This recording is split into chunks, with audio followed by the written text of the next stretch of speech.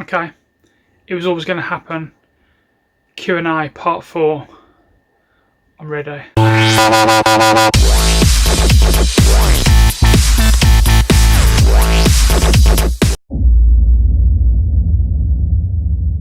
Okay, so here it is. This is Q&A with Melody-Mae part 4. I think it was always going to happen. I think I've got enough questions now, so the questions have been flooding in now for the past 24 hours or so. This time there's a slight change to this Q&A session. I've now got my daughter Olivia who's going to be asking the questions. Olivia, say hello. Hello. That's Olivia there. So without further ado, let's get on with Q&A part 4. Okay, I'm ready, Olivia, go for it. Okay, so first question for the quick fire round. Oh, quick fire, what's that mean? It's basically just questions where you have to answer straight away. Can't even think, you just answer. How many questions? There's about 10 maybe. Oh my god. Okay, go. First question, Yep. favourite chocolate bar? Whisper. Favourite sweet? Chewits. Favourite ice cream? Flavoured? Strawberry. Do you prefer tea or coffee? Tea. What's your favourite flavoured gin? Oh, pink. Favourite takeaway? Curry. If you can talk any language, what is it? Japanese. What's your favourite TV show? The Apprentice. Do you prefer horror or comedy? Horror. That's the end of the quick fire round. That was tense. Okay. Are you ready for the serious? Yeah, what type of questions we got? We got serious questions. Some are quite serious, yeah. Okay, go for it. So, Yep. First question might be hard. What's your favourite fish? My favourite fish? Oh god. What, to eat or one to keep? To keep. To keep. To keep. To be honest, I've had lots of different ones. I think at the minute I've got a mimic pufferfish, which I love dearly. So yeah, mimic pufferfish. Okay. What is your favourite song? I think I've answered this kind of in a previous Q&A. It's probably the one that means the most to me is Amazing by Bruno Mars. Okay. These questions now are quite serious. Oh, okay. So, the first question: did you have to get a new birth certificate? No, you actually don't have to. Obviously I'm legal. I've changed my name and everything. It's all legal. You actually don't have to get a birth certificate. I've never had to show my birth certificate at all to anybody since I've transitioned. So yes, some people would like to get that just so that for them it may complete the overall kind of transition experience, but you don't need it. No, I haven't. Okay. How old was you when you knew you were meant to be a girl? Oh, these are deep, aren't they? Okay, yeah, so I was probably around about 12, 13 that I knew for sure that something was different. Okay. When your mum was out, did you ever dress up in her clothes? Yeah. Yeah? Yeah. Okay. Do you have any regrets regarding your transition? Only one actually, and that is that I wish I'd have done it sooner. I think I answered something similar to this in a previous one as well. I have no regrets since I've transitioned, no way Jose, but I just kind of wish I'd have maybe transitioned sooner, earlier. Okay, if you had your time again, would you still have done half and half Simao days, or would you have just gone full blown now? Simao, yes, I remember Simao. So it's obviously to the people who don't know. So what Simao was, it's exactly what it says on the tin, to be fair. So I was still kind of him, I was still kind of Simon. I wasn't on hormones, I don't think. Certainly wasn't full time or anything like that. I just used to dress an awful lot as me. But I was still Simon, and I think if I'm being honest, it was a kind of persona that was created, and I think it kind of helped me make my transition, and I think it kind of helped me get to that final crossroads before I made the ultimate decision to actually transition full time. So yeah, absolutely, it helped me big time. Although it was confusing for some people maybe, for me it helped me out big time. Okay. Did you ever worry that you wouldn't find an accepting partner? Yeah, Yeah, obviously, because you know you need the support of partners, of friends, of family. You need support. Yes, you can get through it without that support, but wow, it's so much harder. I've been very fortunate, to be fair. So my last three long-term partners have all knew and kind of appreciated who I was, my dressing. Obviously, I wasn't full time then, but yeah. So I've been very fortunate by having supportive partners. Okay, this is. Have you ever fancied men? No. No. When first a lady, was it difficult to use the correct toilet? No. No way, because it was natural to me. It was something that I should have been doing for God knows how many years before. No, it felt natural to me. It just felt like I was opening a present which had been sitting there for a while, if that makes sense. And as soon as I transitioned and I was full time and I needed to go to the toilet while I was out and about, I just went. No, it was very, very natural for me. Okay. Was the fear of rejection for loved ones that stopped you being open from early on? Yep, absolutely. I've had to jump through some huge hoops over some massive hurdles. Just by telling my family. It all started with telling my family. Friends wasn't that much of an issue, because if they accepted me, they did. If they didn't, so what? But my family was more important, obviously, to me. So yeah, it was a massive fear. But when I decided to do it, it was just the right time in my life. I couldn't suppress it anymore. I needed to become who I am today. Okay, did you or do you have any problems regarding your gender at work? No. Everybody who I've worked with has been fantastic, extremely supportive. When I first kind of started there, I had a couple of customers, but this is just life. I had a couple of customers who would snigger and say the odd few comments. I've had a couple of heated discussions, or should I say, when I've told them to clear off or something like that. But I've not really had any issues at all at work. Probably my worst issue that I think I've ever had. I was walking to work once, and I had a lorry pull up alongside me, and there was 2 or 3 men inside, and they obviously knew I was transgender or something. They were shouting out abuse to me. So I got to work. I was incredibly upset. I was very angry, incredibly upset. That is probably the worst I've had, if I'm being honest. So yeah.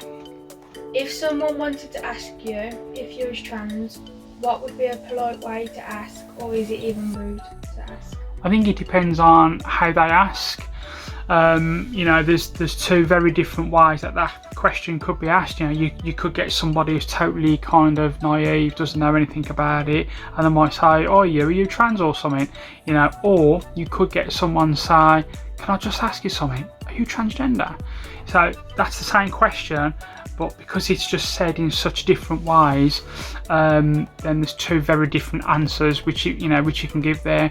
Personally, for me, I love people asking me questions about it, because it's something that I'm proud of, something that I'm passionate about. Obviously, once I start talking about it, the floodgates open, and I can talk about it forever and ever and ever.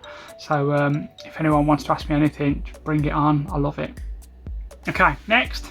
Okay, how does your family feel about this? Okay,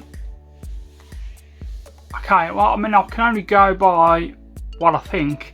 Obviously, they know their real thoughts, I guess. But my mum seems incredibly happy. My dad's accepted, which is fantastic. I think my 2 older brothers struggle with it. I've not seen them now for a long time. Not seen my 2 brothers now for about 10 years or so. So that's a long time. So I think that they struggle with it. I've recently told an aunt who lives in Ireland. She was really pleased.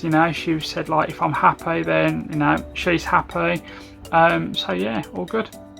Okay, this is a good one. As a TikTok user, how do you feel about all the posts on transgender people? Oh, that's a good one.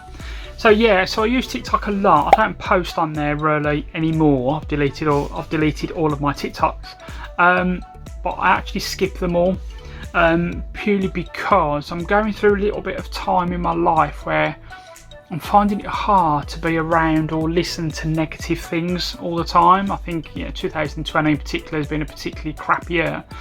So whenever I see a transgender post, and they are cropping up an awful lot at the minute on TikTok, they are for me, I just skip past them. I've read a couple of them, and there's an awful lot of people who are supportive of the poster, but there's an awful lot of people who are not, and it's those kind of people that I'm not really interested in. They don't bother me, I don't care, so I just swipe and skip. Okay. How did you know that you were meant to be trans? I didn't know that I was meant to be transgender. I just knew I was different. So as I answered earlier, I was about 12, 13. I just knew that it was something different, and it was very, very scary at that time, because obviously I wasn't a person who was very, I didn't know about life or anything. I was a child. I was at school, so I didn't know really what was going on.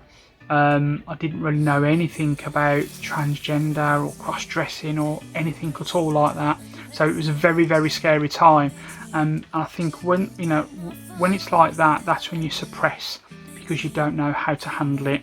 So you try and do the more stereotypical, I did anyway, the stereotypical kind of boy things. I used to live in trees, I used to climb trees, play football, all sorts. I know girls can do all of those things, but it's more stereotypical for a male.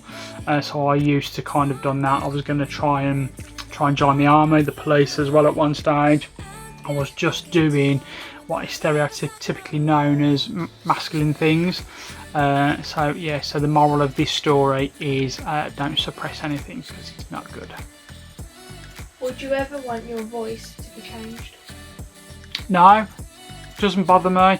The only time it does bother me, I guess, sometimes when I'm on the phone. When I'm on the phone and people obviously can't see who they're talking to or anything like that, sometimes I get called sir or something like that, and it really winds me up. Sometimes I do correct people. I think it kind of depends on whether it's just a quick phone call, whether it's just sometimes I will take the time to say, excuse me, you're talking to a miss.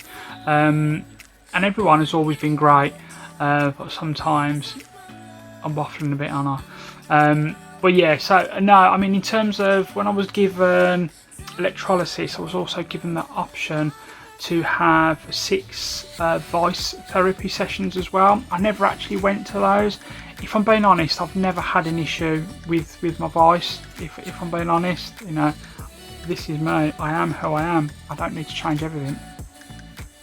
If you don't mind sharing, what was your birth name? I'll say it, but I generally don't like saying it. But it was Simon. Oh my god, that's actually horrible. I can't say it. Next. Do people treat you differently? I'm not sure. To be honest. I think I have a lot of people who have an awful lot of respect for me. They call me incredibly brave, so they may treat me different because I'm just a brave person. But I don't know how they would treat me different if I rocked up to work as a man one day. I don't know. But as I said earlier, I've had an awful lot of support from people at work, for example. So no, I don't think I do get treated differently. I just get a lot of admiration. Okay, this is a good one. How did your body change with HRT? Ooh, yeah, it's a good one. So I'm on HRT for the rest of my life. I've been on it now for a number of years now. There's a couple of things that automatically change when you start taking HRT, and that is your breast grow.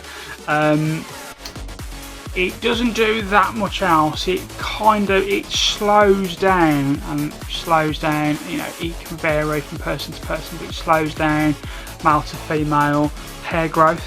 It can make your hair a lot finer. For example, it has no effect on your voice, no effect at all. The other major kind of difference it's had for me is that it's kind of softened my bone structure in my face.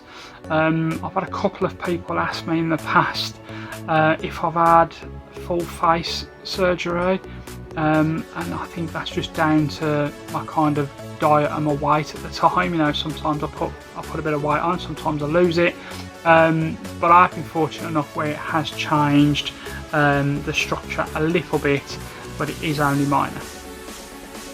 Good question though. What was it like when you came out for your family? Massive relief. As scary as it was, you know, as scary as it was, and it was incredibly scary. The relief was just unbelievable, because straight away, excuse me, straight away I felt like I was closer to just being the real me. You know, there was still an awful long way to go, but for me, you know, once people was beginning to know about me, it was a bit of a buzz as well, just telling people. You know, it was kind of ticking things off. You know, that's, you know, my mum knows, my dad knows, my brother knows, and it was just kind of nice, and I could just feel a lot of the suppression just kind of releasing from me. So yeah, good question, that one. This is the final question. Final question, okay, go for it. What do you wish people understood about you? I don't... Say again? What do you wish that people understood about you? What do I wish people understood about me? I think this goes more to the people who don't understand what it's like, or if they've never been around anybody who's trans or anything like that. Because the people who know me, they understand what I've gone through. You know, as I said earlier, you know, I have nothing but admiration. But the people where you get the sniggers, you get the remarks, you get the comments or something like that, it's because they just don't understand.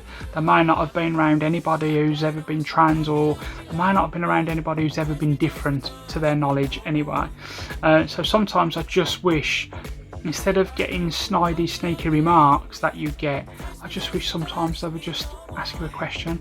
So if you remember a few questions ago, you know, we had that question where, depending on how somebody asks you something will depend on how I respond. You know, and if you have somebody who's a little bit kind of naive and not very open to the world, just ask me a question. You know, they will just get to know me, and they will just get to say that I'm just a normal, regular person. So yeah, about that, I think. So that's it, did you say? Yeah, that was the final question. Okay, so yeah, so I enjoyed that. So it's a slightly shorter video than before. I enjoyed it again, so I want to say thank you all so much for the questions. I really do appreciate it, and please don't ever worry about offending me or anything. If it's a question that I don't want to answer, I just won't put it on the vlog, but I've never come across a single question that I've refused to answer yet. Some questions that are always a little bit harder than others, like my name. My old name, that was quite a tough question to answer, but it's important as well, because it's not all sunshine and rainbows. There is some stuff that still hurts me as well, so it's quite important that people who are transitioning kind of see that and hear that as well. But yeah, so thank you all so much for watching. I've really enjoyed this one again. Please subscribe to my channel if you haven't already. Please drop a like, and please comment down below as well.